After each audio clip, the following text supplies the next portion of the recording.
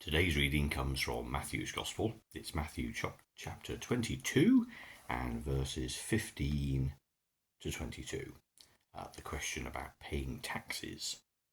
The context of this reading is, of course, that we've had in chapter 21 Jesus' triumphant entry into Jerusalem, and then the questioning by the religious authorities of how is Jesus able to do these things? What right has he got to do these things? And Jesus tells three parables in Matthew's Gospel.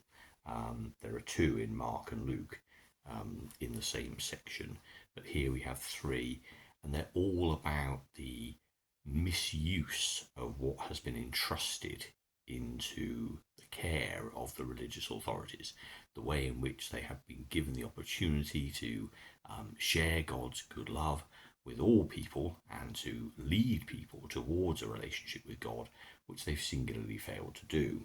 And he uses these parables of the tenants in the vineyard who abuse what they're there, what is given to them, and cause all sorts of harm to the people who come to collect what is rightfully theirs. Then there's the parable of the wedding feast, when people are invited to come and share in this great and bounteous gift and banquet, and they don't even turn up. It's a stinging set of stories. And now in chapter 15, we hear how the religious authorities respond to these kind of stories. So the Pharisees went off and made a plan to trap Jesus with questions. Then they sent to him some of their disciples and some members of Herod's party. "Teacher," they said, "we know that you tell the truth. You teach the truth about God's will for man without worrying about what people think, because you pay no attention to a man's status. Tell us then, what do you think? Is it against our law to pay taxes to the Roman emperor or not?" Jesus, however, was aware of their evil plan, and so he said, "You hypocrites, why are you trying to trap me? Show me the coin for paying the tax." They brought him the coin, and he asked them, "Whose face and name are on these?" "The emperor's," they answered. So Jesus said to them, "Well then, pay the emperor what belongs to the emperor, and pay God what belongs to God." When they heard this, they were amazed, and they left him and went away. Now, this is the first of three encounters of people who come towards Jesus. And there are a couple of weird but very human characteristics going on here, aren't there? The first of which is with the people who came to visit Jesus. These people, we're told, who are disciples of some of their disciples and some members of Herod's party. And they come given a brief of try to humiliate Jesus, try to undermine him. Instead of everyone being amazed by the things he says, go and ask him some tricky ethical questions and see if that trips him up. See if that shows him to be less than perfect. I mean, that's a very, very real human reaction, isn't it? A very childlike reaction that we will all have experienced, where you'll find people coming to try to undermine the things that you do because they don't like you or because they don't understand what you're doing. They want to bring you down. They want to show to others who think you're so great that you're really not. And that's a very cheap and a very nasty way to behave, isn't it, really?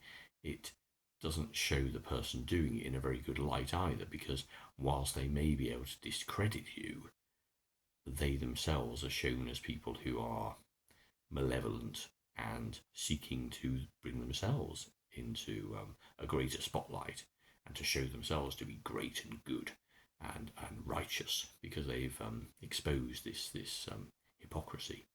So that's one sort of set of relationships, but there's another set, which is the religious leaders who actually commission the people to be like this. I mean, it's silly that those people were so easily duped that they were able to be convinced that this was a good use of their time, that they would be somehow rewarded, maybe financially or ethically. But there's also, of course, the religious leaders of the day who forged this plan, and for them it wasn't about petty humiliation or chipping away at someone's credibility by undermining their responses, by getting the responses to ethical issues that they could point at and say, he's not quite so perfect as everyone thinks. But it's also about trying to get Jesus to fall into a trap where he says something that is either against Jewish law or against the law of the Roman occupation. Because in either case, if they can pin something concrete on Jesus rather than just their dislike, then they can start to bring legal proceedings against him. They can start to get him identified as some sort of criminal or zealot or some kind of terrorist, and hence the law can come into play, and they can be rid of Jesus in a proper legal way rather than just not liking him. But Jesus, of course, cuts through all of this, as is often the way with ethical issues. Jesus' only concern as God in human form is to say to people, look, you've got this relationship with the God who made you. You've been entrusted with all these wonderful things. The only thing that matters in life is whether you recognize that and whether you come home to the God who made you and you accept the reality that you have always been held in God's strong arms. That God's love for you is constant, and that as a response, one can take that into your heart and be changed from within. One can understand that we are part of God's creation and loved by God, and that this is the most amazing gift, and that whatever else happens in life, all of the really sometimes huge things that happen in our lives that consume us and occupy all our hearts and minds, the only thing that really matters is our relationship with God. Pay the taxes to an occupying force. Yeah, well, I mean, ethically difficult though that may be, challenging, unpleasant, something we don't like to do, it doesn't matter in the bigger scheme of things. And Jesus is always talking about the bigger scheme of things. There are always going to be distractions. There are always going to be reasons why we think, oh, well, we can't really do that, or we need to put our priorities over here or there. There will always be those choppy waters.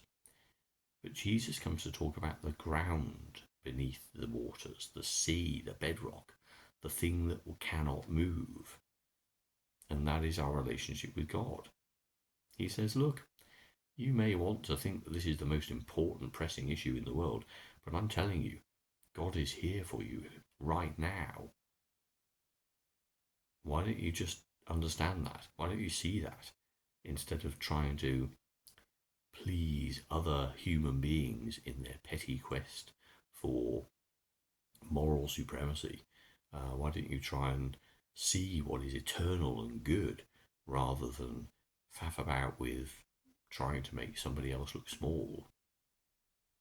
You've seen light and love and glory and power and healing and majesty and beauty, and all you can do is grub around on the floor trying to make somebody else look small and trying to appease and please those who you call your master, who really have no right to be called that at all. It's about priorities. And sometimes in the teaching of Jesus, we see this, and it's relevant to our own lives and situations.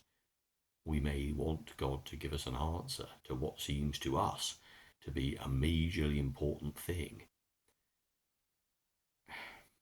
And all you can really say, and it sounds unkind, is that those things really don't matter. Of course, they matter to us. They matter to us hugely. They consume us. They power us. They may inflame our anger. They may inspire all our actions. But ultimately, of course, we are born, we live, we die. And in the midst of that journey, the only thing that really, really matters, the most fundamental thing that really matters, is do we actually ever get it? Do we actually, during that period, that time that is entrusted to us, do we actually understand that we are God's children and that God loves loves us. Everything else will come and go and ebb and flow. There will be good times and stable times, which we'll probably ignore, thinking that that's just normal. And there will be tragic times, there will be painful times, there will be horrible times. And those are the ones we focus on and rail against God for not protecting us from. But ultimately, those things happen to everybody. The only question is, will we give back to God what is God's? And that is our hearts, our minds, our soul, and our strength, and our love for our neighbours.